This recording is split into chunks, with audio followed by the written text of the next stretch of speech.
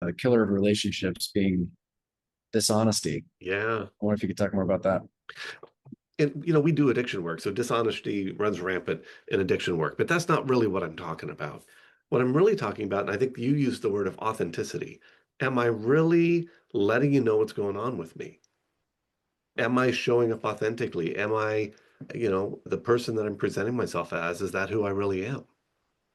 I think, especially in the social media world, especially in sort of like the dating culture we have, which is, in my opinion, very much based on create the persona that shows people that you're somebody they want to be with, which is very different than I'm showing you a nice version of myself, but I'm showing you myself and I'm finding out if you're somebody I want to date.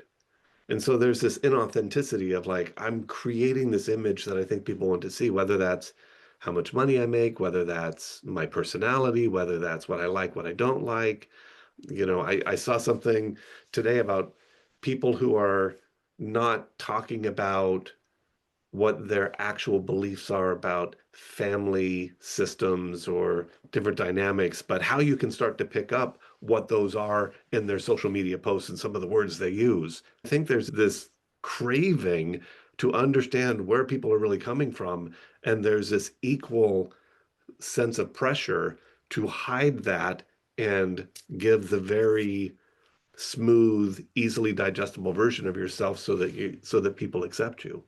I don't think that that's compatible That's so with interesting. a healthy relationship. So this honesty piece is really interesting because, first of all, with addicts, it can go way to the other way. Like I've been dishonest and I'm going to be Brutally very honest. brutally honest. Not just rigorous, but brutal. Yeah, not rigorous honesty, but brutal honesty.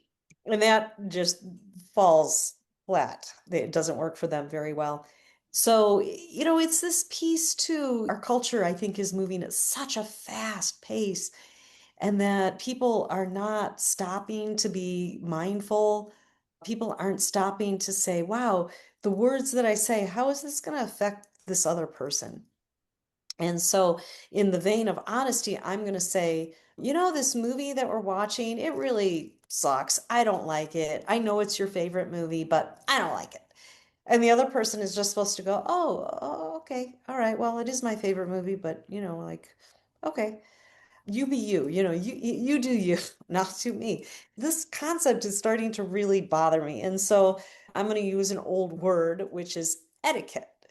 I haven't heard that word used in a long time. Yeah. And I'm going to say not a proper way because I think that was the original intent is how can you be proper in the way that you communicate and the way that you act, but more about how am I mindful, right? We've kind of changed the jargon. Now, how can you be mindful about what I'm saying, how I'm saying things is affecting another person? And then, sometimes it's like, well, you're just being codependent. You're just changing your words so that you don't hurt the other person. It's like, no, no, it's about thinking through what you're feeling and then how am I going to communicate this in a way so that the other person can hear me and the relationship is still maintained.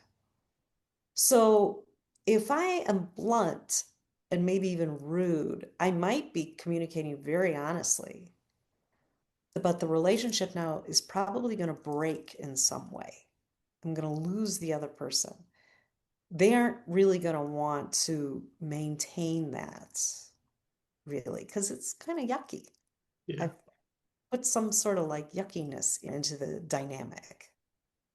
I love that, Wendy. Like honesty with compassion, with kindness, with what? There's a honesty plus what's the etiquette? I What did is learn new etiquette. Right.